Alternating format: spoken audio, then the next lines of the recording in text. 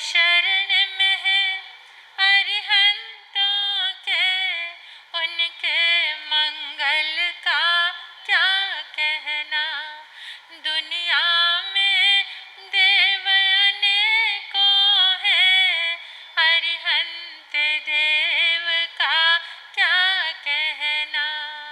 उनके अतिशय का क्या कहना, उनके आश्रय का क्या कहना।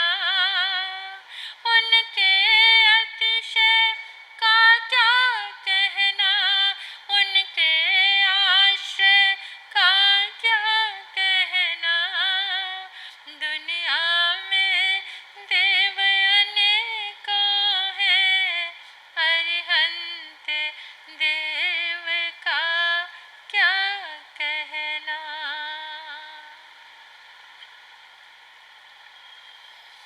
जो शरण में है अरिहंतों के, सोचकर देखो आप किसकी शरण में हैं, हम किसकी शरण में हैं। हाँ, क्या हम अरिहंतों की शरण में हैं। कितनी सुंदर बात कही है कि जो अरिहंत भगवान की शरण में है उसके मंगल का क्या कहना। अरिहंत कौन, अरिहंत कौन। हाँ, जिन्होंने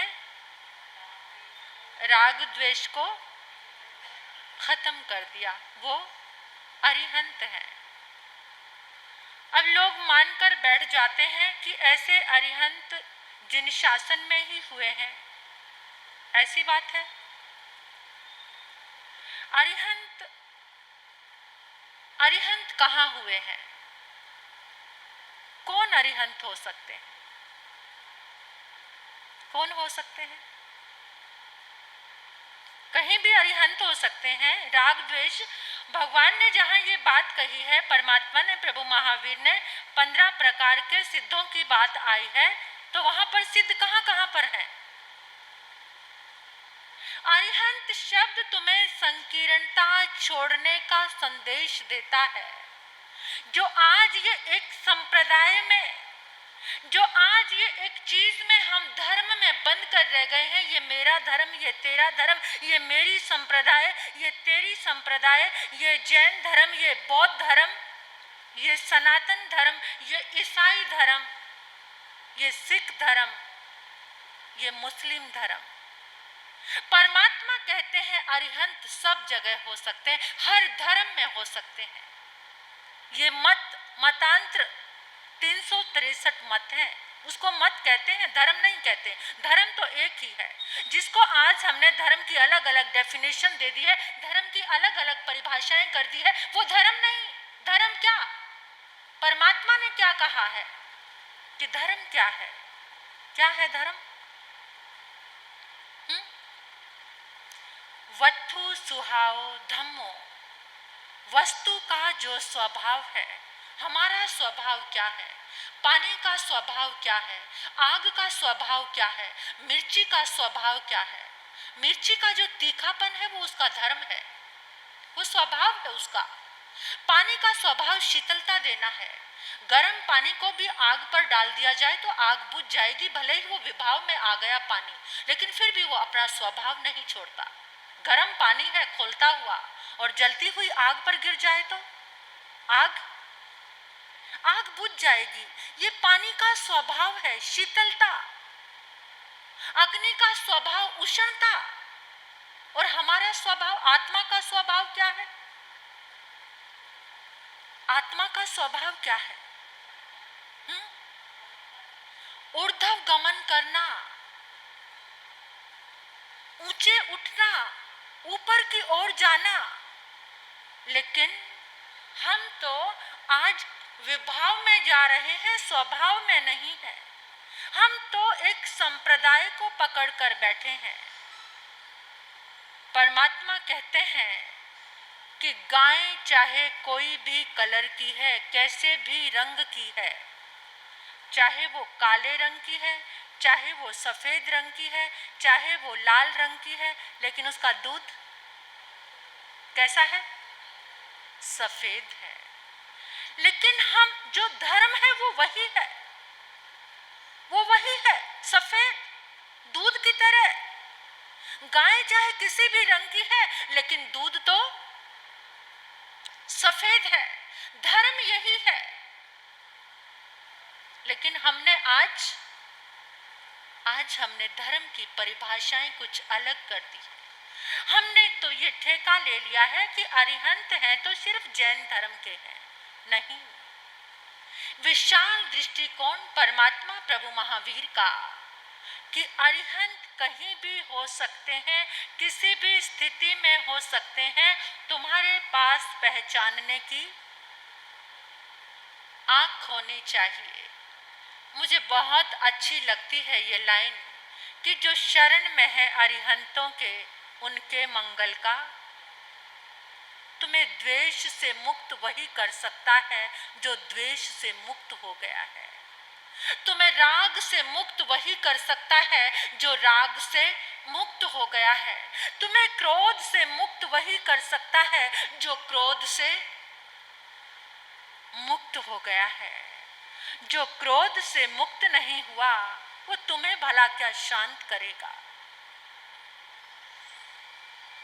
जिस व्यक्ति के पास बैठकर तुम्हें शांति मिलनी शुरू हो जाए तो समझ लेना तुम संत के करीब आ गए हो। चाहे वेश कोई भी हो, वेश के धोखे में मत रहना। कभी कभार साधु का वेश तो रावण भी धारण कर लेता है और सीता भी ठगी जाती है। वेश जिस किसी के, चाहे उसने कोई भी चोला पहना हुआ है, अगर उसके पास बैठकर तुम्हारा मन शांत होने लगे तो तुम समझ लेना कि इसके जीवन में संत के गुण हैं। कितनी बार आपने महसूस किया होगा, हम किसी के पास बैठते हैं तो बड़ी शांति मिलती है। मन करता है ये हमारे पास बैठा रहे। उसका बैठना यानी उसका संग हमें बड़ी पॉजिटिविटी देता है। सकारात्मक होने लगते हैं हम किसी के साथ बैठने से। और कभी कभार ऐसा होता है कि किसी के पास बैठने से हमारा मन घबराने लगता है, जी उचटने लगता है, व्याकुलता सी आने लगती है, परेशानी सी होने लगती है। इसका मतलब वहां से निकलती हुई जो तरंगे हैं वो सही नहीं है, वो नकारात्मक है। उन तरंगों से हमें बेचैनी हो रही है। तो इसलिए मन में एक भाव बनाकर रखना हमेशा कि हे प्रभु, मुझे इतनी शक्ति दो कि मैं निरंतर अरिहंतों की शरण में रहूं, क्योंकि अरिहंत ही तुम्हें अरिहंत का मार्ग बता सकते हैं। और हम कैसे हैं? बिना पेंदी का मटका होता है ना, लोटा, है ना, इधर उधर डोलता रहता है। मैं कितनी बार, अभी यहीं लुधियाना में आने की ही बात है, तो कुछ लोग आए, मैंने पूछा कि कहाँ गए थे। वो कहने लगे महाराज जी हम दरगाह पे गए थे। अरिहंत के पुजारी दरगाह पे जाते हैं, बड़ी शर्म की बात है। अरिहंत के पुजारी होकर जो दरगाह पे जाते हैं, ना खुदा ही मिला, ना विशाले सनम, ना इधर के रहे ना। एक तरफ आके नमोकार मंत्र पढ़ते हैं और दूसरी तरफ दरगाह पे जाते हैं। आप लोगों के बीच में भी कुछ लोग बैठे होंगे जो दरगाह पे जाते होंगे। मैं किसी चीज का विरोध नहीं करती, मैं सिर्फ आपको स्टेबल होना बता रही। एक अनन्य भक्ति जो तुम्हारा परमात्मा, पता है एक बार की बात है, श्री कृष्ण भोजन कर रहे थे। श्री कृष्ण भोजन कर रहे थे, रुक्मणी पंखा झल रही थी। भोजन करते करते एकदम तड़ाक से उठे और भागे गए। रुक्मणी देखती रह गई, ये क्या हो गया स्वामी, आपको एकदम क्या हुआ? भागे गए और एकदम दरवाजे तक जाकर वापस लौटकर आकर वहीं पर बैठ गए और मुस्कुराने लगे, भोजन करने लगे। रुक्मणी बड़ी हैरान हुई, ये आपका उतावलापन कैसा? अरे अभी तो आप भोजन कर रहे थे, अचानक आपको क्या हुआ कि आप दौड़ने लगे और दौड़कर दरवाजे तक जाकर फिर वापस आकर भी बैठ गए? श्री कृष्ण मुस्कुराकर कहने लगे, रुक्मणी, एक मेरा भक्त गली से निकल रहा था, लोग उसे पत्थर मार रहे थे। जब उसको पत्थर मार रहे थे तो वो पुकार रहा था, प्रभु आ जाओ, मेरी रक्षा करो प्रभु, मेरी रक्षा करो प्रभु। जब उसकी पुकार मेरे पास पहुंची तो मैं दौड़ा गया, दरवाजे तक पहुंचा तो मैंने जाकर क्या देखा कि अब तो उसने अपने हाथ में ही पत्थर उठा लिया उनको मारने के लिए। तो अब उसको मेरी जरूरत ही नहीं। जहां तुम्हारी पुकार सही रहती है, जहां तुम एक पुकार लगी रहती है, तुम उसको छोड़कर उधर, उसको छोड़कर उधर जाते हो तो फिर बीच में सारी भटकन आ जाती है, फिर कोई भी तुम्हारा सहाय नहीं बनता। तो इसलिए जो अरिहंत भगवान की वो सीन आपको याद होगा, जिस समय द्रौपदी का चीर हरण हो रहा था, श्री कृष्ण को पुकार रही थी, उसने अपने मुंह में पल्लू दबाया हुआ था, पल्लू को मुंह में पकड़ा हुआ था कि ये पल्लू छूट ना जाए और मैं अपनी रक्षा कर सकूं। लेकिन जब उसने पूरी डोर, तब तक प्रभु कृपा नहीं आई, प्रभु की कृपा नहीं बरसी, तब तक साड़ी नहीं आई उसके पास, चीर नहीं आया।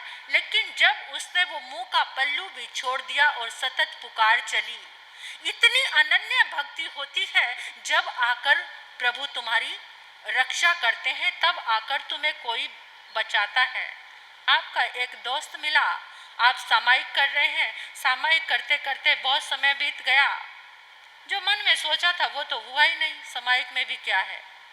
एक दोस्त मिला, अरे तुझे पता है मैं फला फला मंदिर में गया था, वहां मेरी सब मनोकामनाएं पूरी हो गई।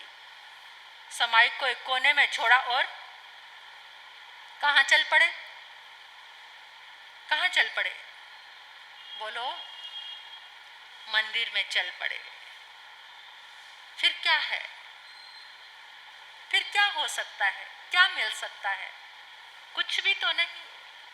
परमात्मा कहते हैं अनन्य भक्ति, एकाग्र भक्ति, विश्वास की भक्ति, श्रद्धा की भक्ति जब तुम्हारे भीतर में वो आ जाएगी तो तुम्हारा सब कुछ पूरा हो जाएगा। मुंह से तो कुछ और बोलते हैं और दिल में कुछ और होता है। ऐसा काम करते हैं हम, मांगते बोलते कुछ और है और अंदर की चाहत। आप महसूस करना, दिन भर में आपके तीनों योग कब इकट्ठे होते हैं? मन, वचन और काया, ये तीनों योग हैं हमारे। पता है जब ये तीनों योग मिलते हैं तो हमारे भावों में इतनी ताकत आ जाती है कि तीनों लोग को पार कर जाती है हमारी भावनाएं।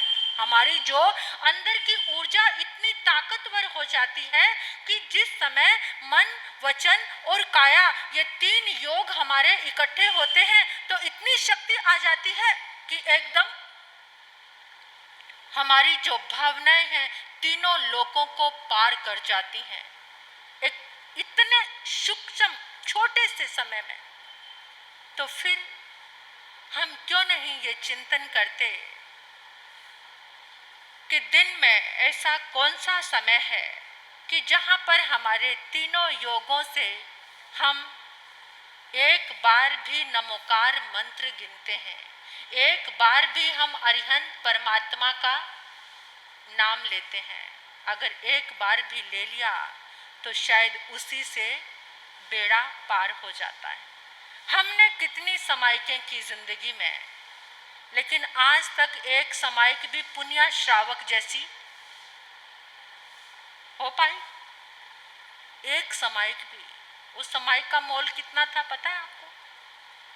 7 नरकों के बंधनों को काटने वाली वो समायिका। आपने बहुत बार सुनी होगी ये बात कि जिस समय राजा श्रेणिक ने परमात्मा प्रभु महावीर के चरणों में वंदन किया, वंदन कर रहे थे वो सारे मुनि राजों को, कभी वंदन नहीं किया था। प्रभु का समोशरण लगता था, 500 संत एक साथ रहते थे प्रभु के साथ।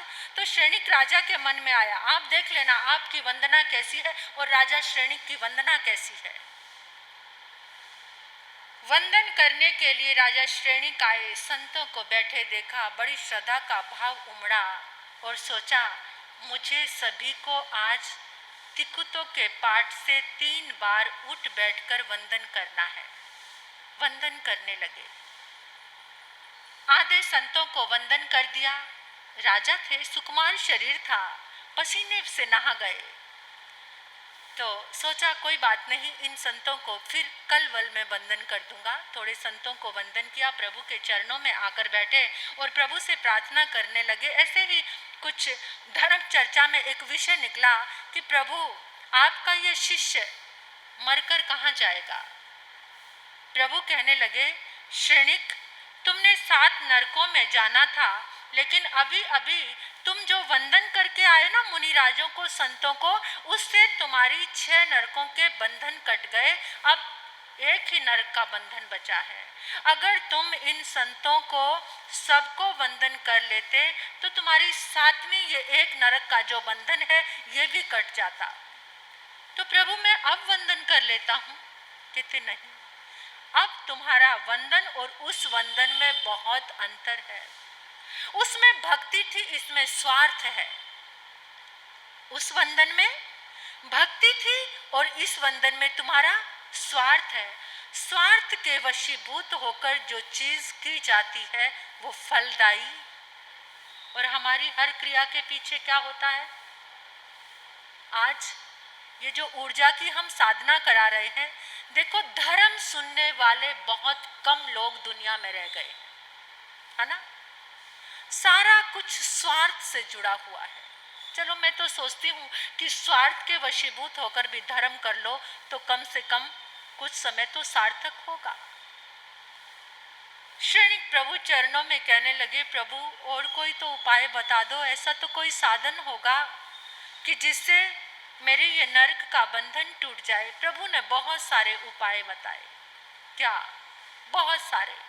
ये कहा कि श्रेणिक अपनी दादी को दर्शन करा देना।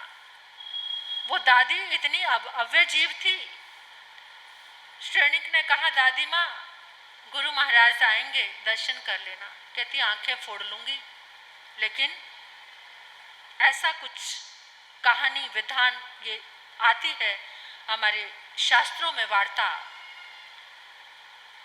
फिर कहा कि तुम्हारी जो कपिला, और सचमुच उस दादी को बंद किया उन्होंने एक कमरे में कि कल यहाँ से संत निकलेंगे तो दरवाजा खोल दूंगा, इनके दर्शन हो जाएंगे। लेकिन सुबह देखा तो उस दादी ने अपनी आंखें ही फोड़ ली। ऐसा भी कोई कर सकता है? गले नहीं उतरती बात कि संतों को नहीं देखना और आंखें फोड़ लेना। इससे बड़ा पाप और क्या हो सकता है। श्रेणिक के यहाँ कपिला नाम की दासी थी। प्रभु ने कहा, कपिला दासी से आहार दान दिलवा देना। आहार दान, देखो आजकल तो आहार देना एक मजबूरी हो गई है लोगों की। बड़ी हैरानी होती है कि आजकल आहार दान देना, आहार साधु के पात्र में देना एक मजबूरी सी लगती है लोगों को। ले महाराज जी कल तो साढ़े आए सीगे, आज फिर ऐसी भावना भी लोगों की बन गई है।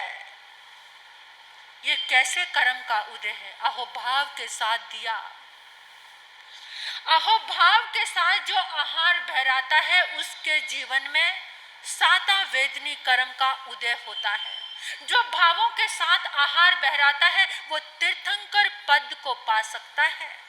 तीर्थंकर पद को, तीर्थंकर नाम कर्म का जो बंद होता है वो आहार दान से। नैसार ने आहार दान दिया था, एक बार का आहार दिया गया। लेकिन आजकल बहुत बड़ी विडंबना है। लेकिन ऐसी बात नहीं है, अभी भी तरस रहे हैं लोग। लेकिन साधु संतों को नगरी भा गई है, गांव के लोग तरसते हैं। महाराज जी हमारे घर में आए, पगलियां करें, चरण डालें, और शहर के लोग तो मुझे लगता है गले से लेकर यहाँ तक भर चुके हैं, है ना। ऐसी ही स्थिति है, भावों में कमी आ गई है बहुत कुछ। इससे क्या, अपना ही नुकसान है। जो भावों के साथ संतों के पात्र में आहार बहराते हैं बड़े पुण्यवान हुआ करते हैं, बड़े सौभाग्यशाली हुआ करते हैं। जो इंतजार करते रहते हैं, रसोई बनाकर को जो इंतजार करते रहते हैं कब संत आए, कब मेरा भाग्य उदय हो कि मैं अपने हाथों से संत के पात्र में आहार बहराऊं। कपिला दासी जैसे मत बन जाना, दुर्भाग्य के द्वार मत खोलना। मत बनना कपिला दासी, राजा श्रेणिक की दासी। राजा श्रेणिक ने कहा कल गुरुदेव आएंगे, कपिला तुम्हें आहार बहराना। नहीं नहीं, मुझे कोई मतलब नहीं किसी संत से, मैं किसी को आहार देने वाली नहीं हूं। इससे अच्छा तो मेरे हाथ ही टूट जाएं, किसी को संत को मुझे कुछ देना पड़े। ऐसी कपिलाएं आज भी इस संघ समाज और दुनिया में हो सकती हैं, लेकिन बड़ा दुर्भाग्य। राजा श्रेणिक ने कहा अच्छा मेरी दासी, देखता हूं कैसे आहार दान नहीं देती। उसके हाथों में कड़छी बांध दी। संत आए और श्रेणिक पकड़कर उसके हाथों से आहार डलवा रहे, और वो क्या बोल रही है, मैं आहार नहीं दे रही, राजा की कड़छी। बोलो, राजा की कड़छी आहार दे रही है, मैं आहार नहीं दे रही। भावना कैसी, वो दान होगा। खुशी से झूमते हुए राजा श्रेणिक प्रभु के पास आए। प्रभु, मेरा नरक का बंधन टूट गया ना। ऐसा क्या करके आए हो श्रेणिक? आपने बताया था कपिला दासी को आहार दान दिलवा दिया प्रभु मैंने आज। श्रेणिक, वो कपिला क्या बोल रही थी, याद करो। राजा श्रेणिक की कड़छी दान, तुम्हारा नरक का बंधन यथावत है। प्रभु ने और उपाय, मैं पुण्य श्रावक की बात बता रही थी। पुण्य श्रावक की सामायिक राजा श्रेणिक खरीदने के लिए गया कि एक सामायिक ले आओ। पुण्य श्रावक कौन था पता है आपको? जानते हो? हाँ, कालसूरी कसाई का बेटा। और कैसा धर्म उदय हुआ उसके जीवन में। पिता हर रोज 500 भैंसों की हत्या करता है और बेटा गजब की समाइक करता है। कालसूरी कसाई का बेटा कहां? कीचड़ के अंदर हीरा, रूड़ी के ऊपर कमल का फूल खिल सकता है। कैसे कुल, कैसे पिता के यहाँ जन्म लेकर कैसे संस्कार उभरे। अभय कुमार का संग मिला, सुलस पुण्य श्रावक बन गया। कालसूरी कसाई का बेटा पुण्य श्रावक बन जाता है। एक समाइक, पता है, अपनी पुण्य उसने देखा कि जीवन को कैसे जीऊं। पुण्य काटता था, ये पुण्य चरखा चलता है ना, चरखे पे पुनिया लगाते थे, इसलिए उसका नाम पुनी काटने के कारण पुण्य श्रावक पड़ा। जब वो पुनी काटता था तो उसके जितने पैसे आते थे, एक हिस्सा दान में, एक हिस्सा घर में, और एक हिस्सा वो क्या करता था, और उन पैसों को भी घर में नहीं रखता था। नदी बहती थी, उस समय क्या कॉइन चलते थे, सिक्के चलते थे, कागज के नोट नहीं होते थे। बहती नदी में ये कह के रख के आता था कि जल देवता आपके पास सुरक्षित है, जब मुझे चाहिएगा मैं ले जाऊंगा। तो जल उसे संभाले रखता था, पानी। ऐसा श्रावक था पुण्य श्रावक। राजा श्रेणिक पहुंच गए, पुण्य श्रावक से सौदा करने लगे। एक समाइक का सौदा, कितने में दोगे एक समाइक? पुण्य श्रावक हाथ जोड़कर कहने लगा, जिसने आपको भेजा है उन्हीं से जाकर पूछ लो कि एक समाइक का मोल क्या है। प्रभु कहने लगे, श्रेणिक, तुम्हारी दौलत एक तरफ, पुण्य श्रावक की समाइक एक तरफ, पलड़ा किसका भारी जाएगा? पुण्य श्रावक की समाइक का। तो प्रभु क्या करूं, क्या नरक में जाऊंगा? हाँ श्रेणी, जाना ही पड़ेगा। 3 करण 3 योग से कर्म का बंधन किया है तुमने। तुम्हारी संतुष्टि के लिए मैंने मार्ग बताए, तुमने देखा, इन मार्ग से तुम्हें ज्ञान हुआ, घटनाओं से तुम जान पाए कि धर्म कहाँ है कहाँ नहीं। मुझे मालूम था तुम्हारा नरक का बंधन टूटने वाला नहीं है, लेकिन ये घटनाएं तुम्हारे सामने इसलिए उपस्थित की ताकि इन घटनाओं से तुम्हें कुछ मिले। कपिला की घटना से तुम देखो, पुण्य श्रावक की सामायिक से सीखो। श्रेणिक तुमने बंधन ही ऐसा किया है, लेकिन एक बात तुम्हारे जीवन के लिए बहुत सुंदर है, आने वाली 24वीं में तुम पहले तीर्थंकर बनोगे। बस श्रेणिक कहता, प्रभु ये नरक का दुख तो मैं भूल गया, आपके जैसे पद को प्राप्त करूंगा, आने वाली 24वीं में मैं पहला तीर्थंकर बनूंगा। झूमता हुआ, नाचता हुआ श्रेणिक चला गया, नरक के दुख को भूल गया। जब सुख बहुत ज्यादा सामने हो ना, और थोड़ा सा दुख हो। बड़ी लंबी है ये वार्ता कि कैसे, आप जानते ही होंगे कि नरक का बंधन कैसे हुआ था। चलो जाने दो, जो अच्छा आएगा सामने उसका चिंतन करना चाहिए, दुख को हमेशा भूलना चाहिए। जो अच्छी सौगात, लेकिन हम क्या करते हैं, जो बहुत बड़ा सुख है ना, उसके सामने छोटा सा दुख आ जाए तो उस दुख को याद करते रहते हैं और सुख की तरफ ध्यान नहीं देते। ये स्वस्थ जो 5 इंद्री मिली है और लोगों को नहीं मिली, तुम्हें मिली है। इनको देखकर तुम्हें आह्लाद भाव आना चाहिए, इनको धर्म में वृत्त करना चाहिए, धर्म में लगाना चाहिए। ऐसा जीवन समय की सुई कह रही है। आज बारिश में भी जितने लोग आए हैं, आप बड़े धन्यवाद के पात्र हैं। गुन्नी जी महाराज साहब का ऑपरेशन कल सकुशल, आप सबकी दुआओं से, मंगल कामनाओं से बहुत अच्छे से हो गया। उनको साता है, वो तो कह रहे थे आज मैं धर्म पाठ पर आऊं, तो हमने मना किया कि नहीं, अभी नहीं, 1-2 दिन आप आराम करो, आँख का काम है, पसीना आएगा तो थोड़ी दिक्कत आ सकती है। तो गुन्नी जी महाराज साहब भी जल्द ही आपके बीच में आएंगे, अपनी मंगलमयी वाणी आपको प्रदान करेंगे। आज श्री महावीराय नमः की एक माला करनी है आज आपको, श्री महावीराय नमः। और एक आपकी जो मन पसंद मिठाई है वो नहीं खानी, आज आपकी जो मन पसंद मिठाई है वो नहीं खानी, और श्री महावीराय नमः की एक माला करनी है। लो सामूहिक रूप से पचखान सभी को। गुन्नी जी महाराज साहब की आज्ञा से मंगल पाठ।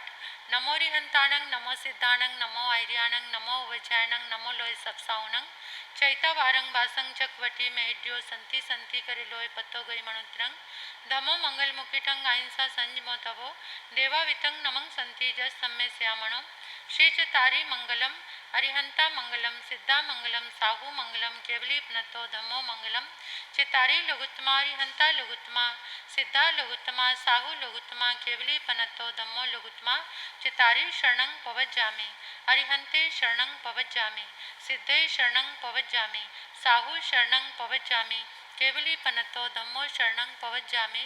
पहला शरणा अरिहंत का, दूसरा सिद्ध भगवान, तीसरा शरणा साधु का, चौथा सार निर्ग्रंथ, 4 शरणे दुख करने, सुख करने, मंगल करने, आनंद करने, और शरणानी कोई जो भव प्राणी करे आचरण, उसका आजर अमर।